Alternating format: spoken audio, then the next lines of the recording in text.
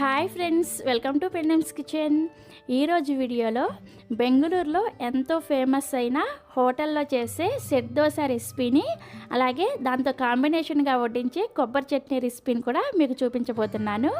వీడియోని స్కిప్ చేయకుండా చివరి వరకు చూసి హోటల్లో చేసే సెట్ దోశని అలాగే కొబ్బరి చట్నీని మీరు కూడా ఇంట్లో ఒకసారి ట్రై చేసి చూడండి. చాలా చాలా టేస్టీగా ఉంటాయి. సో ఇక ఏమాత్రం ఆలస్యం చేయకుండా ఈ సెట్ దోశ అండ్ కొబ్బరి చట్నీ ఒరిజినల్ రెసిపీని ఎలా ప్రిపేర్ చేసుకోవచ్చో ఈ వీడియోలోకి వెళ్ళి చూసేయండి. ఫస్ట్ సెట్ దోశ పిండిని ప్రిపేర్ చేసుకోవడం కోసం ఒక గిన్నెని తీసుకొని అందులోకి 2 కప్పుల దోశల బియ్యాన్ని వేసుకోండి. మీ దగ్గర ఒకవేళ దోశల బియ్యం అనేవి లేకపోతే రేషన్ బియ్యాన్ని అయినా సరే వేసుకోవచ్చు. బట్ బెంగళూరులో అయితే ఇలా దోశల బియ్యం అని సపరేట్గా దొరుకుతాయి అన్నమాట. మీకు ఇలా దోశల బియ్యం అవైలబుల్గా లేని వాళ్ళు రేషన్ బియ్యాన్ని వేసుకోవచ్చు. నెక్స్ట్ ఇందులోకి అదే కప్పుతోటి 1/2 కప్పు మినపగుళ్ళను వేసుకోండి. అలాగే 1/2 టీ స్పూన్ వరకు మెంతులను కూడా వేసుకొని ఇవన్నీ కూడా శుభ్రంగా 2-3 సార్లు నీళ్ళతో కడిగేసి ఆ నీళ్ళన్నీ కూడా తీసేసి మళ్ళీ తిరిగి నీళ్ళను పోసుకొని వీటిని కనీసం ఒక 5 నుంచి 6 గంటల సేపు నానబెట్టుకోవాలి.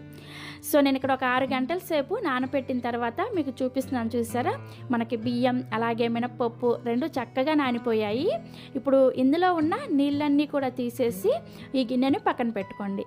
నెక్స్ట్ ఒక గిన్నెని తీసుకొని అందులోకి 1 కప్పు అటుకుల్ని వేసుకోండి. మీరు ఇందాక ఏ కప్పుతో అయితే బియ్యాన్ని వేసుకున్నారో అదే కప్పుతోటి 1 కప్పు కొంచెం మందంగా ఉండే అటుకుల్ని వేసుకోండి. ఈ అటుకులను కూడా ఒకసారి శుభ్రంగా కడిగేసి ఈ అటుకులు మునిగేంత వరకు నీళ్ళను పోసుకొని వీటిని జస్ట్ ఒక 5 నిమిషాల పాటు నానబెట్టుకోండి.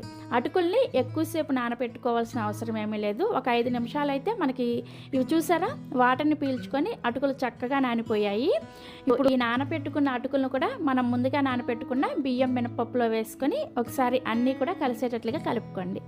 ఇలా కలుపుకున్న తర్వాత ఇప్పుడు వీటిని గ్రైండ్ చేసుకోవడం కోసం మిక్సీ జార్లోకి వేసుకొని ఇందులో తగినన్ని నీళ్ళని పోసుకుంటూ ఈ పప్పుల్ని బాగా మెత్తగా వెన్నలాగా గ్రైండ్ చేసుకోవాలి.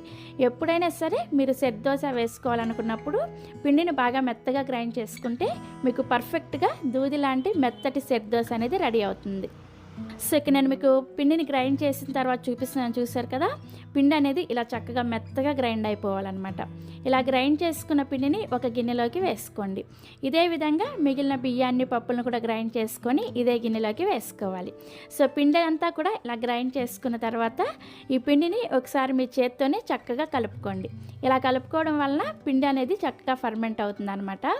సో ఇలా కలుపుకున్న తర్వాత ఇప్పుడు దీని మీద మూత పెట్టేసి ఈ పిండిని కనీసం ఒక 8 గంటల సేపు పులియబెట్టుకోవాలి. సో నేను ఇక్కడ 8 గంటల సేపు పిండిని పులియబెట్టిన తర్వాత మీకు చూపిస్తున్నాను, చూసారా? మనకి పిండి అనేది చక్కగా పులిసింది కదా. ఇప్పుడు ఇందులోకి మీ రుచికి సరిపడా ఉప్పుని వేసుకొని ఈ పిండిని అంతా కూడా చక్కగా కలిసేటట్లుగా కలుపుకోవాలి. సో మనకి దోశలు వేసుకోవడం కోసం దోశల పిండి రెడీ అయిపోయింది. మనకి దోశల పిండి అనేది ఈ విధంగా ఈ వీడియోలో చూపిస్తున్న విధంగా జారుడు కన్సిస్టెన్సీలో ఉండాలి. ఇలా ఉంటేనే మీకు దోశ అనేది పర్ఫెక్ట్గా వస్తుంది అనమాట. సో మనకి దోశల పిండి రెడీ అయిపోయింది కదా. ఇప్పుడు కొబ్బరి చట్నీని ఎలా ప్రిపేర్ చేసుకోవచ్చో చూపిస్తాను. ఈ కొబ్బరి చట్నీని ప్రిపేర్ చేసుకోవడం కోసం ఒక మిక్సీ జార్ని తీసుకొని అందులోకి 1 కప్పు పచ్చి కొబ్బరి ముక్కల్ని వేసుకోండి. అలాగే ఒక 4 నుంచి 5 వరకు పచ్చిమిర్చిని వేసుకోండి. మీరు ఒకవేళ కారం ఎక్కువగా తినే వాళ్ళైతే ఒక 6-7 పచ్చిమిర్చిని కూడా వేసుకోవచ్చు. నెక్స్ట్ ఇందులోకి 1 టేబుల్ స్పూన్ వరకు చట్నీ పప్పు అలాగే పుట్నాల పప్పు అంటారు కదా, వాటిని వేసుకోవాలి. అలాగే జస్ట్ ఒక చిన్న ముక్క అల్లాన్ని వేసుకోండి. అల్లం మరీ ఎక్కువగా వేసుకోవద్దు, చట్నీ టేస్ట్ని డామినేట్ చేస్తుంది అనమాట. జస్ట్ కొంచెం వేసుకుంటే సరిపోతుంది. నెక్స్ట్ ఒక 1/2 టీ స్పూన్ దాకా జీలకర్ర, అలాగే జస్ట్ కొంచెం అంటే కొంచెం చింతపండుని వేసుకోండి. చివరిగా రుచికి సరిపడా ఉప్పుని అలాగే కొంచెం కొత్తిమీరని వేసుకోండి.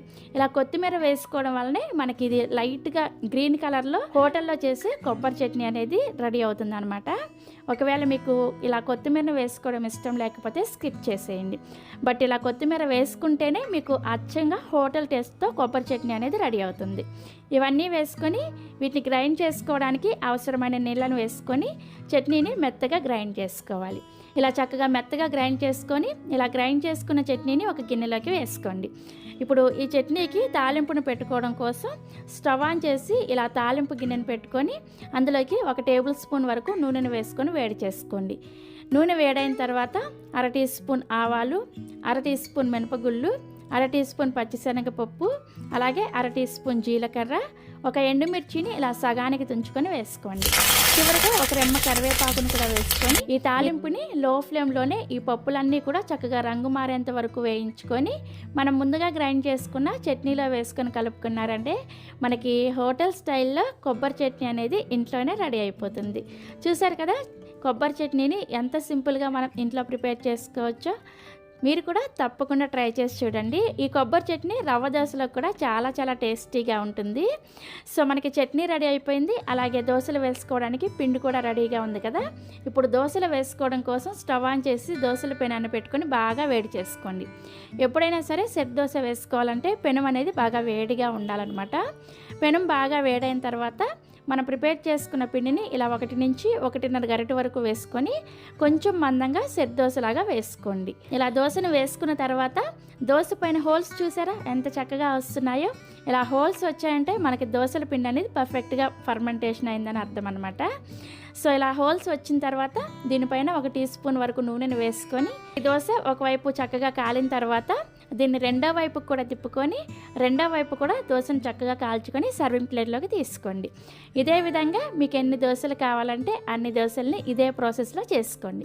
సో ఇలా దోశలు మీకు కావాల్సినవి వేసుకున్న తర్వాత మీకు ఒకవేళ దోశల పిండి మిగిలితే ఫ్రిడ్జ్లో పెట్టుకొని చక్కగా ఈ పిండితో 3 నుంచి 4 రోజుల పాటు దోశలు వేసుకోవచ్చు.